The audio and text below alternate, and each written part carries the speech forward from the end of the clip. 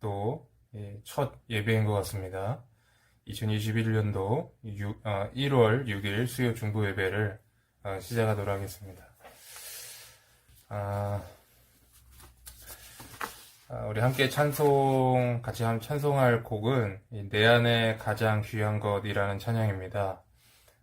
여러분 생소하실지 모르겠지만 제가 오늘 하나님께 예배드리다가 하나님 이렇게 마음에 많은 감동이 임했던 그러한 찬양입니다. 그리고 오늘 설교 주제와도 일맥상통하는 부분이 있기 때문에 같이 이 찬양을 여러분과 나누고 같이 말씀을 듣도록 하겠습니다. 내 안에 가장 귀한 것이란 찬양입니다.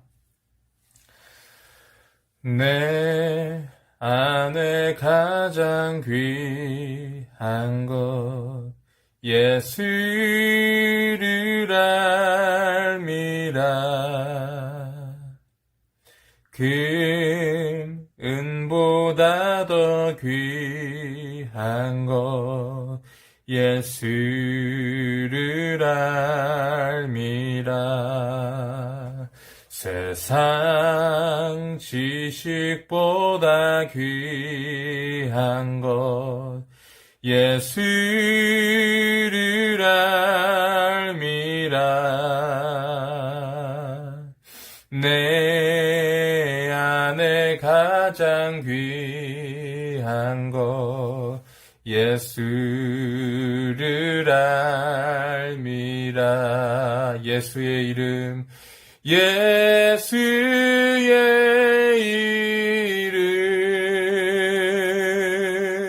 존귀한 그 이름 예수의 이름 능력의 그 이름 예수의 이름 존귀한 그 이름 예수의 이름 능력의 그 이름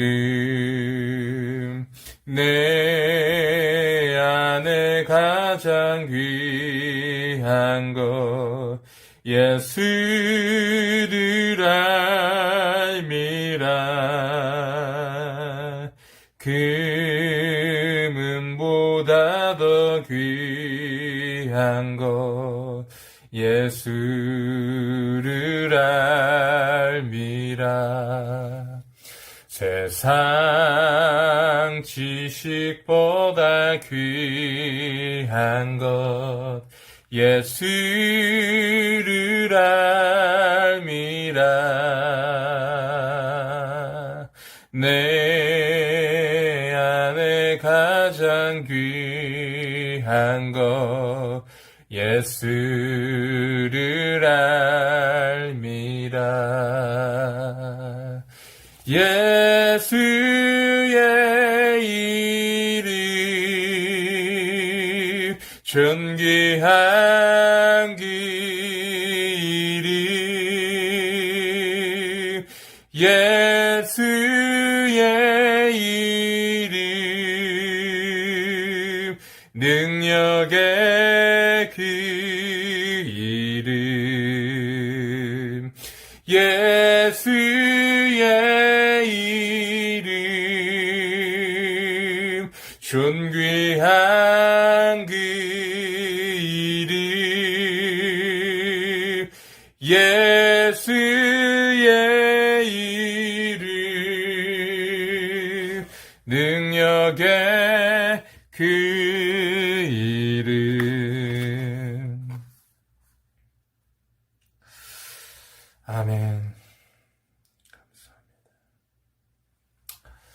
우리 하나님 말씀 보도록 하겠습니다. 우리 하나님 말씀은 로마서 3장 21절과 22절 말씀을 함께 보도록 하겠습니다. 로마서 3장 21절과 22절 말씀입니다.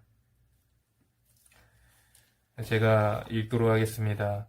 이제는 율법 외에 하나님의 한 의가 나타났으니 율법과 선지자들에게 증거를 받은 것이라. 곧 예수 그리스도를 믿음으로 말미암는 모든 믿는 자에게 비치는 하나님의 의니 차별이 없느니라. 아멘. 한동안 로마서로 설교를 하지 못한 것 같습니다. 그래서 다른 주제로 한 2, 3주 정도 설교한 것 같은데, 오늘은 다시 로마서의 말씀으로 돌아오길 원합니다. 그래서 오늘은 이제 믿음으로 임하는 하나님의 의라는 제목으로 여러분과 같이 로마서 말씀을 나눌 때 하나님의 크신 은혜와 사랑과 은총이 여러분 가운데 충만하게 임하기를 주님의 이름으로 축복합니다. 지난 시간에 우리는 여러 차례 설교를 통해서 로마서 1장부터 3장까지 말씀을 나눴습니다. 말씀을 나누면서 여러분의 설교를 통해서 우리가 얻은 결론이 있는데, 그것이 무엇이냐 하면 이 세상 모든 사람들은 하나님의 진노 아래 있다라는 것입니다. 그리고 그들은 모두 연약하고 무능한 죄인들이라는 것입니다. 로마서 3장 10절에서 12절 말씀입니다. 의인은 없나니 하나도 없으며 깨닫는 자도 없고 하나님을 찾는 자도 없고 다 치우쳐 함께 무익하게 되고 선을 행하는 자는 없나니 하나도 없도다. 또 여러분 23절에 보니까 로마서 3장 23절에 보니까 이런 말씀이 있습니다. 모든 사람이 죄를 범하였음에 하나님의 영광에 이르지 못하더니. 여러분 이 말씀을 제가 한번 예를 들어서 한번 여러분에게 설명을 하길 원합니다. 여러분 어떤 사람들이 한국에서 미국까지 수영으로 헤엄쳐서 간다라고 생각을 해봅시다. 어떤 사람은 올림픽에서 금메달을 여러 차례 딴 아주 수영을 잘하는 사람이 있습니다. 또 어떤 사람은 정말 수영을 취미생활로 이렇게 하는 사람이 있어요. 좀 보통 정도 하는 사람이죠. 그리고 또 어떤 사람은 수영을 한 번도 해보지 않은 사람이 있습니다. 이 세 사람이 동시에 한국에서 출발해서 이 태평양을 건너서 이 미국으로 간다라고 한번 생각해 보자고요. 분명히 한 가지 분명한 사실은 이 세 사람 모두 다 미국으로 가는 도중에 바다 한복판에서 빠져서 익사해서 죽고 만다라는 것입니다. 물론 올림픽에서 금메달을 딴 사람은 다른 사람들보다 더 잘했을 수 있겠습니다. 그러나 그도 역시 미국으로 수영해 가는 도중에 바다에 빠져 죽었을 것입니다. 왜 그렇습니까? 인간의 능력으로 아무리 수영을 잘한다고 해도 한국에서 미국까지 자신의 힘으로 수영을 해서 갈 수 있다는 것은 불가능한 일이기 때문에 그렇습니다. 그런데 우리가 율법의 행위로 그리고 자기의 의로 하나님 앞에 의로워지려 하는 이러한 많은 노력들이 있는데 이러한 노력들이 바로 이 한국에서 미국까지 수영쳐 가는 그런 것과 똑같다라는 거예요. 아무리 법 없이 살 것 같은 사람도, 아무리 흉악한 죄인들도, 또 그래서 감옥에 간 죄인들도 모두가 하나님의 은혜가 필요한 무능한 죄인들이라는 거죠. 다 도토리 키재기라는 것입니다. 여러분 세차를 해보신 적이 있으세요? 저도 세차를 여러 차례 해봤는데요. 세차를 하려면 어떻게 해야 합니까? 세차를 해야 하는데 걸레가 깨끗하지 않으면 어떻게 됩니까? 아무리 자동차를 깨끗하게 닦으려고 해도 깨끗하게 닦아지지가 않습니다. 오히려 자동차가 더러워질 뿐인 것이죠. 왜 그렇습니까? 걸레 자체가 더럽기 때문에 그래요. 닦는 걸레 자체가 깨끗해야 되는데 더럽기 때문에 아무리 열심히 차를 깨끗하게 닦으려고 해도 차가 깨끗해지지 않는다라는 것입니다. 우리가 아무리 열심히 선을 행하고 착한 일을 해도 우리는 하나님 앞에 의로워질 수가 없어요. 왜 그렇습니까? 우리 자체가 죄인이기 때문에 그래요. 우리 존재 자체의 존재 안에 아담으로부터 흘러들어온 원죄가 있기 때문에 그렇습니다. 우리 존재 자체가 죄인이기 때문에 그 죄로 물들어 있기 때문에 우리 자체가 죄인이기 때문에 하나님께 선을 행함으로 의로워질 수가 없다라는 것입니다. 그래서 로마서 7장 12절과 13절에 이렇게 기록되어 있어요. 이러보건대 율법은 거룩하고 계명도 거룩하고 의로우며 선하도다. 그런즉 선한 것이 내게 사망이 되었느냐? 그럴 수 없느니라. 오직 죄가 죄로 드러나기 위하여 선한 그것으로 말미암아 나를 죽게 만들었나니 이는 계명으로 말미암아 죄로 심히 죄되게 하려 함이라. 율법도 거룩한 것입니다. 그리고 계명도 거룩하고 선한 것입니다. 문제는 인간 자체 가운데 있는 죄라는 거예요. 인간이 죄인이기 때문에 선을 행할 능력이 없다라는 거예요. 율법을 지키려고 노력하면 노력할수록 오히려 죄를 더 범하게 되고 그 죄가 심화되고 그 죄가 더욱더 극심해진다라는 것입니다. 그래서 인간은 이렇게 율법으로 선을 행하려는 노력 가운데 절망하고 좌절하고 낙심하게 된다는 것입니다. 요즘 교인들을 보면 은혜로 살아가는 사람들을 그리 많이 보지 못하는 것 같아요. 하나님을 의지하기보다 자기의 종교적인 행위나 열심을 의지하는 경우를 많이 봅니다. 그리고 그렇게 봉사하고 헌금하고 열심히 집회에 참석하고 성경 공부 모임도 하고 그러면서 자신의 신앙을 그 모든 행하는 어떤 의무나 이런 것들을 통해서 자신의 신앙을 평가하는 것이죠. 물론 이런 것도 중요한 것이고 하나님의 은혜가 나타나는 은혜의 통로이긴 합니다만 분명한 것은 성경적으로 볼 때 이런 것들을 행한다고 해서 우리가 하나님 앞에 의로워질 수가 없는 것이라는 거예요. 그리고 하나님의 은혜를 받을 수도 없다라는 것입니다. 이것들은 단지 인간의 노력일 뿐이고 행위에 지나지 않는다라는 것입니다. 이런 가운데 우리는 신앙적으로 온전히 만족할 수가 없어요. 그러면 어떻게 하는가? 오늘 본문 말씀은 이제는이라는 단어로 시작을 합니다. 우리 로마서 3장 21절 말씀에 보면 이제는 율법 외에 하나님의 의가 나타났으니 율법과 선지자들에게 증거를 받은 것이라. 여기서 이제는이라는 단어로 이렇게 시작을 하는데 이 이제는이라는 단어는 이 로마서 전체의 로마서가 16장이잖아요. 전체에서 아주 중요한 위치를 차지합니다. 왜냐하면 이 이제는이라는 이 단어에서 로마서 서신서의 전반적인 분위기가 바뀌기 때문이에요. 앞서 1장 18절부터 3장까지는 로마서의 인간의 죄론에 대해서 지금 설명하고 있습니다. 그런데 이제 21장부터 이 이제는이라는 단어를 시작을 해서 이 복음에 대해서 설명을 하기 때문에 그래요. 그래서 여러분 신학자들은 이 로마서 3장 21절에 이 이제는이라는 단어를 역사상 가장 위대한 전환점이라는 표현을 썼어요. 왜 그럴까요? 이 이제는이라는 단어가 온 인류를 구원할 하나님의 위대한 복음을 선포하고 있기 때문에 그렇다는 거예요. 그러면 이 이제는이라는 이 단어가 선포하는 이 하나님의 복음의 메시지는 무엇일까? 오늘 로마서 3장 21절 다시 읽어보면 이제는 율법 외에 하나님의 의가 나타났으니 율법과 선지자들에게 증거를 받은 것이다. 뭐라고 되어 있습니까? 이제는 율법 외에 하나님의 한 의가 선포되었다라는 거예요. 아멘. 여러분 복음이 뭔지 아세요? 그거는 뭐냐면 하나님의 의가 드러났다는 거예요. 하나님의 의가 선포되었다는 거예요. 이것은 마치 사막 한가운데 떨어지는 어떤 사람이 살려고 몸부림치는 것과 같습니다. 처음에 이 사람은 사막에서 생존하기 위해서 무작정 길을 걷습니다. 그러나 사막에서는 길이 없죠. 그 길이 다 그 길처럼 보입니다. 이렇게 하루, 이틀이 지나고 몇 주일이 지나고 한두 달이 지나서 이제는 목이 말라서 탈진하고 쓰러져 거의 의식이 희미해져 가게 되는 거예요. 이제는 죽는 일만 남았습니다, 이 사람은. 그런데 그때 그를 구조하기 위해서 구조대가 도착하는 거예요. 구조 헬기가 도착하는 겁니다. 그래서 이 사람은 살 소망이 생기게 된 것입니다.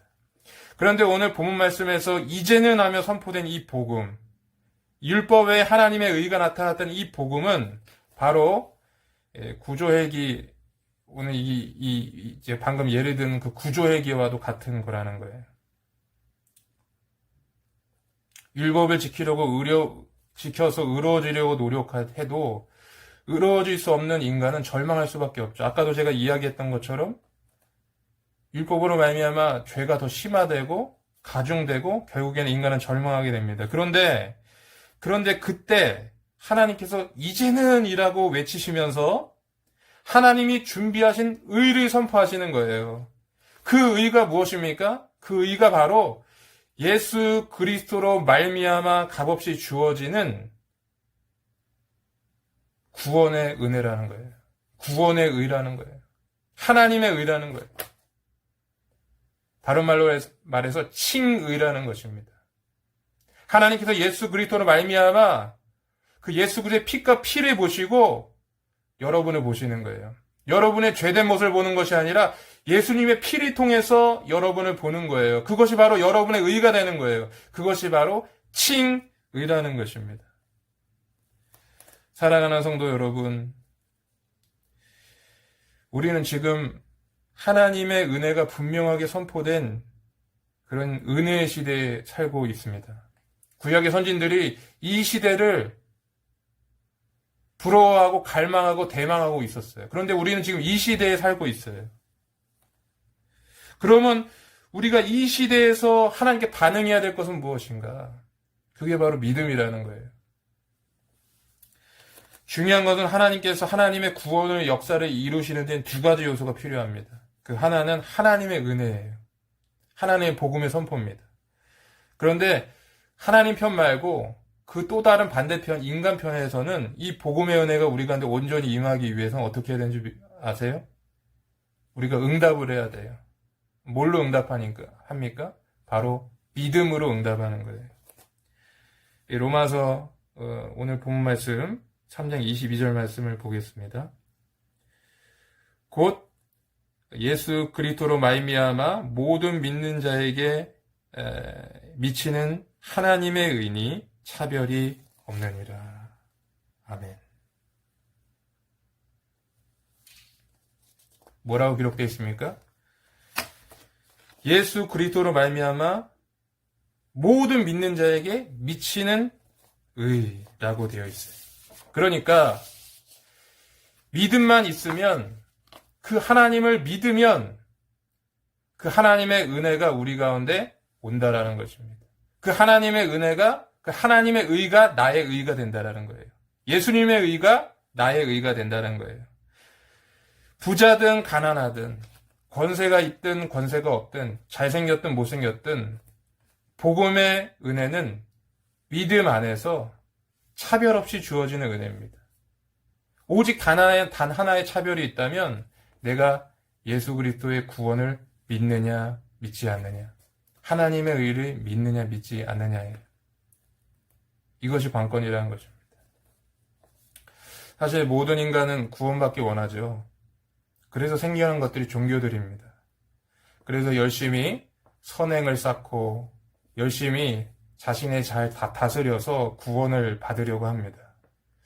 오래전에 제가 책을 통해서 알게 된 건데, 어떤 유명한 스님이 아주 과거의 일이 돌아가셨다 그래요. 그런데 그 스님에 대한 유명한 일화가 있다고 합니다.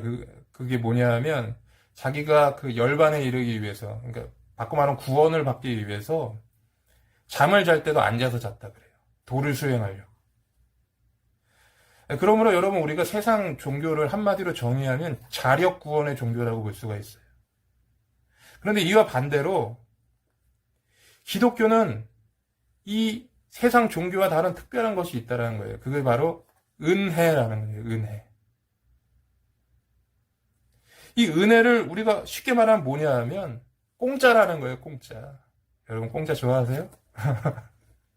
그냥 값없이 받는 거예요. 이거는 하나님이 준비한 의예요. 우리가 인간이 노력해서 만든 의가 아니라 하나님이 준비하신 의예요. 하나님이 태초부터 계획하신 예수 그리스도의 구속의 계획을 통해서 준비하신 의예요. 그렇기 때문에 우리가 여기에 우리의 노력을 더하거나 더할 필요가 없다는 거예요. 그냥 그 은혜를 믿음으로 받으면 된다라는 것입니다. 그래서 사실 우리가 이러한 은혜에 익숙하지가 않습니다. 오히려 이런 은혜가 어렵게만 느껴지죠. 여러분 한번 생각해 보세요. 어떤 중환병에 걸린 사람한테 당신 가만히 있으면 나, 당신 가만히 있으면 병이 나 이렇게 얘기한다고 해보세요. 그 사람이 그걸 쉽게 받아들일 수 있을 것 같아요?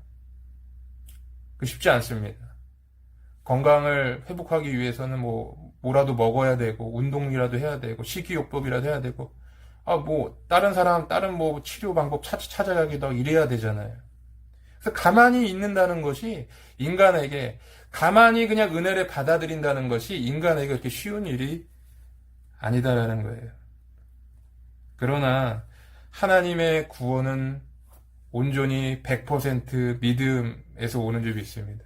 이 믿음은 우리가 무언가를 행하는 것이 아니에요.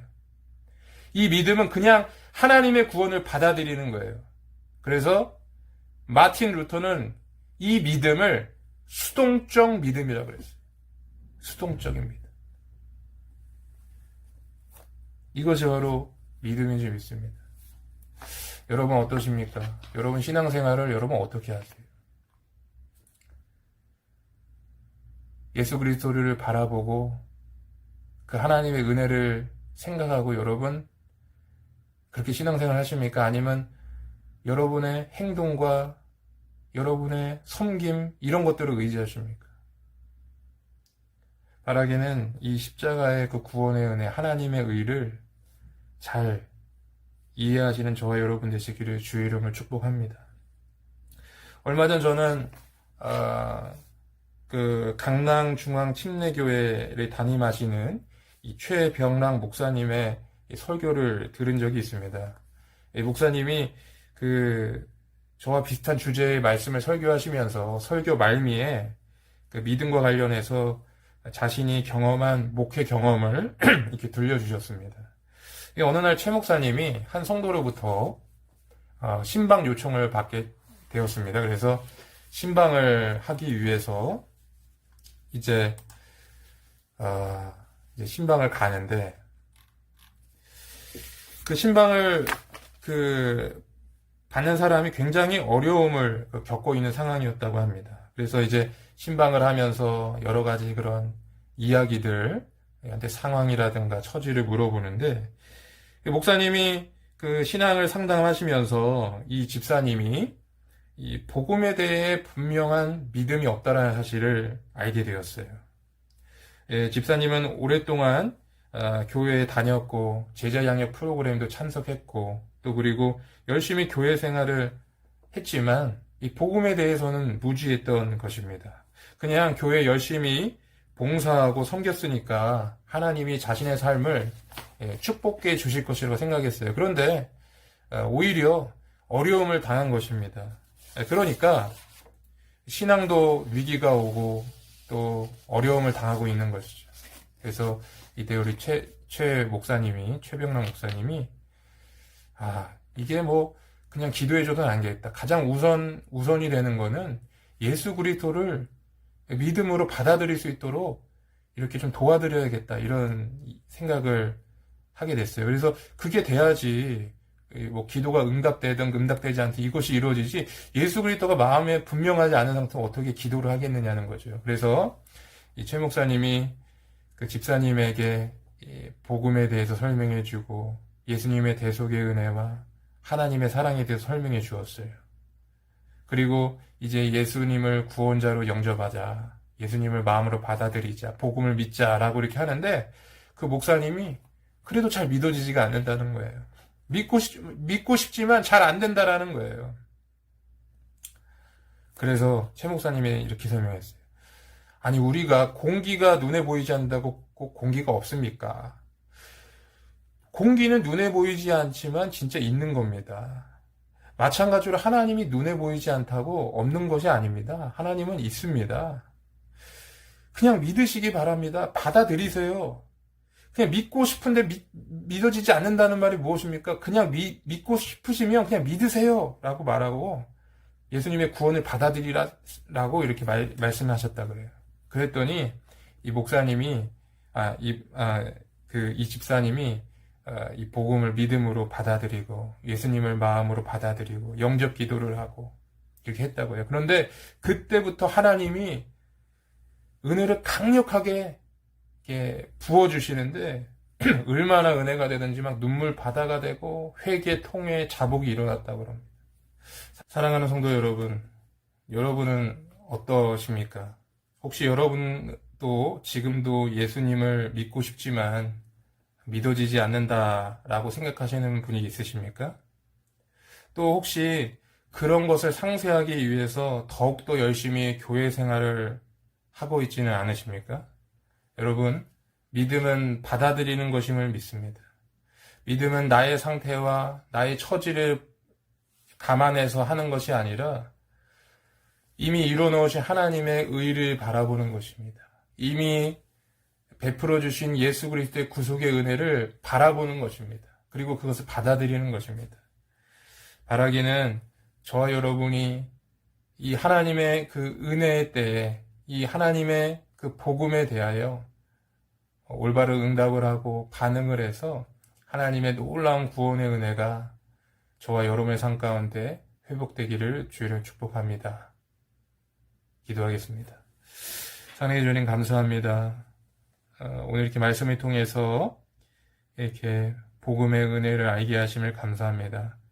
지금 우리는 전례 없는 하나님의 은혜의 때를 살고 있는 줄 믿습니다.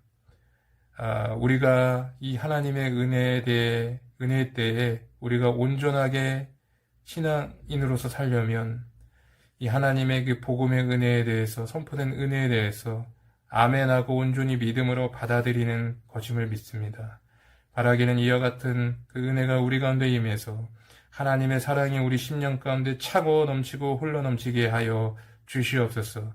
그래서 그냥 정말 흘러가는 그런 신앙생활이 아니라 간증이 있고 은혜의 선포자로서 살아가는 그러한 삶이 우리 가운데 있게 하여 주시옵소서. 그렇게 하실 주님을 찬양하며 감사드리며 예수 그리스도 이름으로 기도하였습니다.